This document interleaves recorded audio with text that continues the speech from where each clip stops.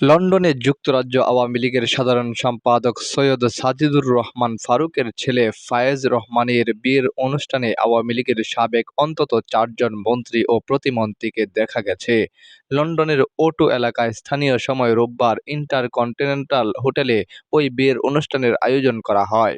বিয়েতে অংশ নেন আওয়ামী লীগের যুগ্ম সাধারণ সম্পাদক ও সাবেক পররাষ্ট্রমন্ত্রী হাসান মাহমুদ, সভাপতিমণ্ডলীর সদস্য ও সাবেক মৎস্য ও পানি সম্পদ মন্ত্রী আব্দুর রহমান, সাবেক নৌ পরিবহন প্রতিমন্ত্রী খালেদ মাহমুদ চৌধুরী, সিলেট জেলা আওয়ামী লীগের সভাপতি ও সাবেক প্রবাসী কল্যাণ ও বৈদেশিক কর্মসংস্থান বিষয়ক প্রতিমন্ত্রী শফিকুর রহমান চৌধুরী, সিলেট ৩ আসনের সাবেক সংসদ সদস্য হাবিবুর রহমান হাবিবও এই বিয়ের অনুষ্ঠানে উপস্থিত ছিলেন।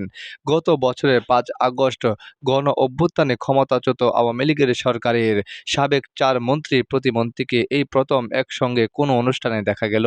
এর আগে গত বছরের ৮ই ডিসেম্বর লন্ডনে শেখ হাসিনার ভার্চুয়াল সমাবেশে প্রথমবারের মতো প্রকাশ্যে দেখা যায় সভাপতিমণ্ডলীর সদস্য ও সাবেক মন্ত্রী আব্দুর রহমান এবং সিলেট জেলা আওয়ামী লীগের সভাপতি শফিকুর রহমান চৌধুরীকে। এই বছরের ২ ফেব্রুয়ারি লন্ডনে আওয়ামী লীগের কর্মী সমাবেশে দেখা যায় সাবেক প্রতিমন্ত্রী খালেদ মাহমুদ চৌধুরীকে।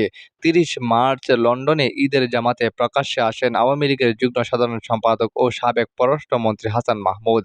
আগে থেকে গুঞ্জন ছিল তিনি বেলজিয়ামে ছিলেন। লন্ডনে অধ্যয়নরত ছেলের সঙ্গে ঈদ করতে তিনি লন্ডনে আসেন। আওয়ামী লীগ নেতার ছেলের বিয়েতে সাবেক প্রতিমন্ত্রীদের উপস্থিতিতে উন্মাদ প্রকাশ করতে দেখা যায় যুক্তরাজ্য আওয়ামী লীগের নেতাকর্মীদের। নাম প্রকাশে অনিচ্ছুক যুক্তরাজ্য যুবলীগের এক নেতা প্রথম আলোকে বলেন, দেশে আওয়ামী লীগ ও বিভিন্ন অঙ্গ সংগঠনের লাখ লাখ নেতাকর্মীকে বিপদের মুখে ফেলে পালিয়ে এসে তারা কীভাবে এসব অনুষ্ঠানে অংশগ্রহণ করেন তা ভাবতেও লজ্জা লাগে।